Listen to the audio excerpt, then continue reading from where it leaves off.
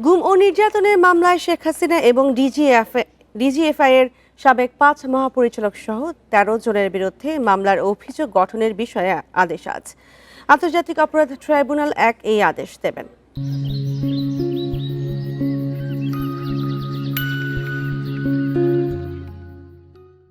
এছাড়া একই আদালতে র্যাবের গোপন বন্দিশালায় গুম করে নির্যাতনের মামলায় শেখ হাসিনা ও ১০ সেনা কর্মকর্তা সহ ১৭ জনের বিরুদ্ধে অভিযোগ গঠনের শুনানিও হবে।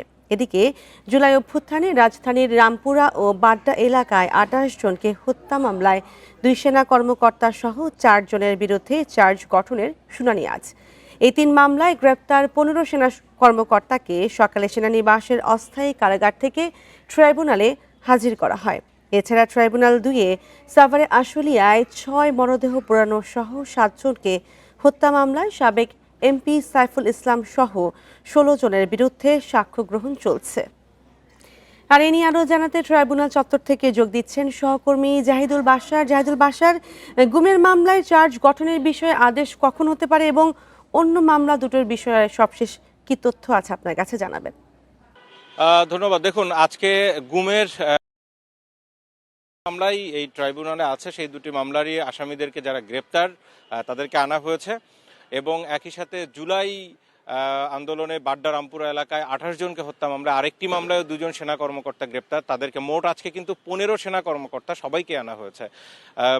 আজকে কিছুক্ষণ আগে যেই মামলাটির অভিযোগ গঠনের আদেশের বিষয়ে আজকে আদালতের আদেশ হওয়ার কথা, তো সেই মামলাটিতে একজন মেজর জেনারেল এবং ২ ব্রিগেডিয়ার জেনারেল যারা গ্রেপ্তার রয়েছেন, অর্থাৎ র্যাবে ডিজিএফআই এর যে জয়েন্ট ইন্টারোগেশন সেন্টার, সেখানে যাদেরকে গুম করে রাখা হয়েছিল, সেই মিনিট আগে দেখেছিলাম যে সেই আসামি ৩ জনকে আদালতে উঠানো হয়েছে, অর্থাৎ সেই মামলা দিয়েই দিনের কার্যক্রম শুরু হওয়ার কথা, তেমনটি আমরা জানছিলাম। কিন্তু পরবর্তীতে দেখা গেছে যে আজকে মোট অনেকগুলো মামলা রয়েছে। চিফ প্রসিকিউটর আদালতের কাছে আবেদন করার পরে আপনি জানেন যে আরও একটি মামলা রয়েছে, র্যাবের যেই TFI cell, task force interrogation সেলে বন্দি রাখা হয়েছিল, সেই মামলাটিতে কিন্তু আজকে শুনানি আছে আসামি পক্ষের। তো চিফ প্রসিকিউটর আবেদন ছিল যে যেহেতু শুনানি একটু সময় লাগবে, সুতরাং ওই মামলাটি আগে ধরার জন্য তো আদালত সেই মামলাটি আসলে এখন কার্যক্রম শুরু হচ্ছে।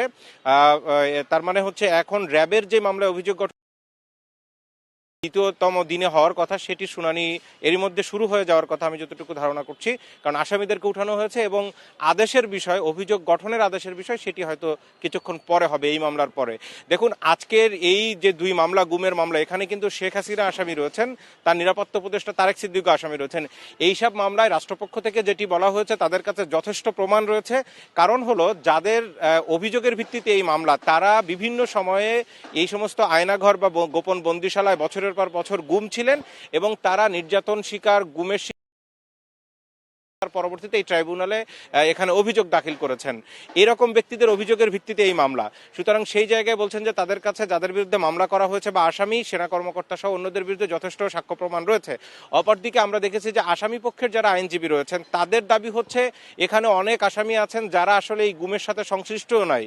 তারা বলতে চেয়েছেন যে তারা, এই সেনা কর্মকর্তারা যখন ডিজিএফআইতে বা র্যাবে কর্মরত ছিলেন, সেই সময়ে এই সমস্ত আসামিদেরকে গুম করা হয়নি, দেখা গেছে তার আগে বা পরে হয়েছে।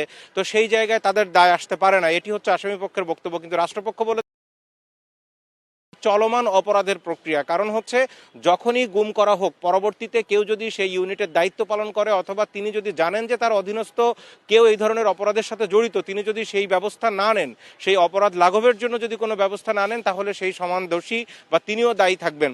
এভাবে আসলে শুনানির পর্যায়ে এসছে। এখন যদিও অভিযোগ গঠন হয়, তাহলে এই মামলায় কিন্তু শেখ হাসিনা সহ অন্যদের বিরুদ্ধে আনুষ্ঠানিক বিচার প্রক্রিয়া শুরু হয়ে গেল।